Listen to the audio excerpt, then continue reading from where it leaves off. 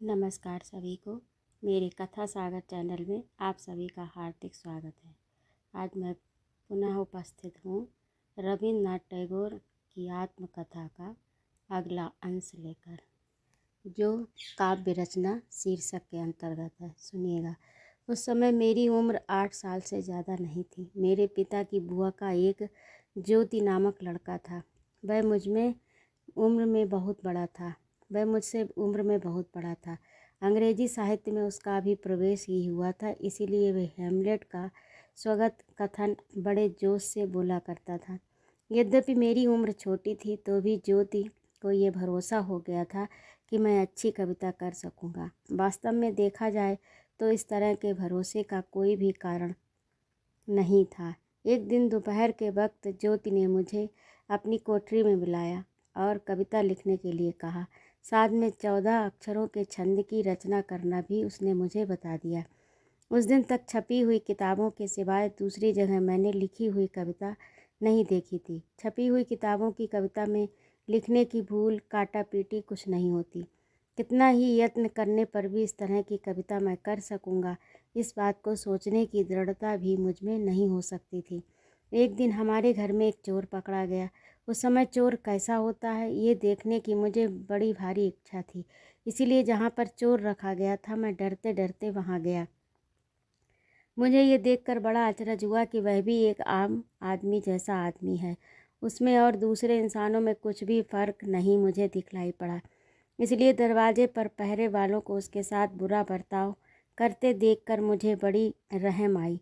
कविता लिखने के बारे में भी मुझे इसी तरह का अनुभव हुआ।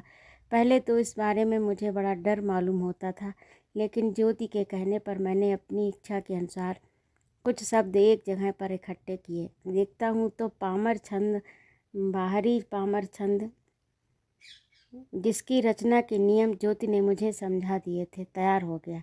अब तो कविता लिखने के यश की भावना के बारे में मुझे कुछ भी शक नहीं रहा। जिस तरह पहरेदारों का चोर के साथ बुरा बर्ताव देखकर मुझे खेद हुआ, उसी तरह नाकाबिल लोगों के द्वारा काव्य देवता की विडंबना देखकर मुझे आज भी बहुत खेद होता है। देवता के प्रति होने वाले बर्ताव को लेकर मुझे कई दफ़ा दया आई होगी, पर मैं कर ही क्या सकता हूँ। हमला करने के लिए बेचैन होने वाले हाथों को जबरन रोक रखने की ताकत मेरे में कहाँ है। काव्य देवता को आज तक जितने दुख उठाने पड़े होंगे, उसे कितने हाथों ने बदरू बनाने की कोशिश की होगी, उतने दुख चोरों को भी नहीं उठाने पड़े होंगे, और ना उतने हाथों का स्पर्श ही उन्हें हुआ होगा। पहले ये मालूम होने वाला डर इस तरह खत्म हो जाने पर कविता लिखने के बारे में आज़ादी देने लगा। मुझे रोकने वाला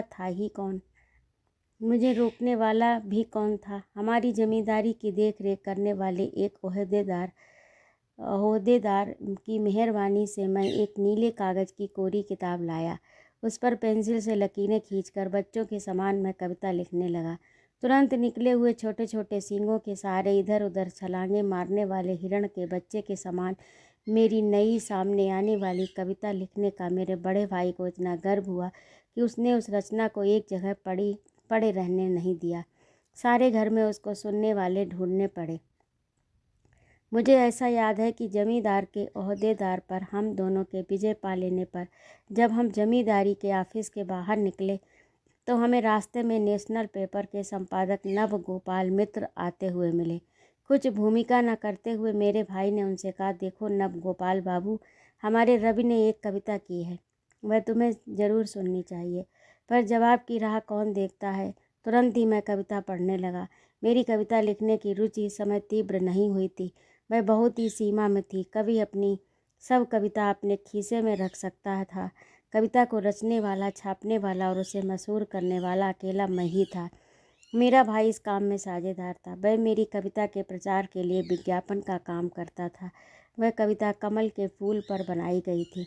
जिस जोश से मैंने उसको लिखा था, उतने ही जोश से मैंने वह कविता उसी वक्त और उसी जगह पर जीने के नीचे नव गोपाल बाबू को गाकर सुना दी।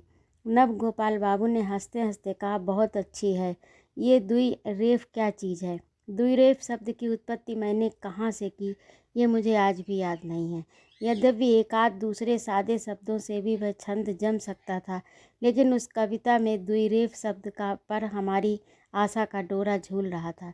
हमारे दफ्तर के मुंशियों पर तो इस शब्द से बहुत ज़्यादा असर डाला था, लेकिन नव गोपाल बाबू ने आश्चर्य है कि उस शब्द की कुछ भी कीमत न समझी, और इतना ही नहीं साथ में हंसे भी। उनके इस बर्ताव से मैंने पक्का कर लिया कि अपनी कविता में उनकी पहुंच नहीं है।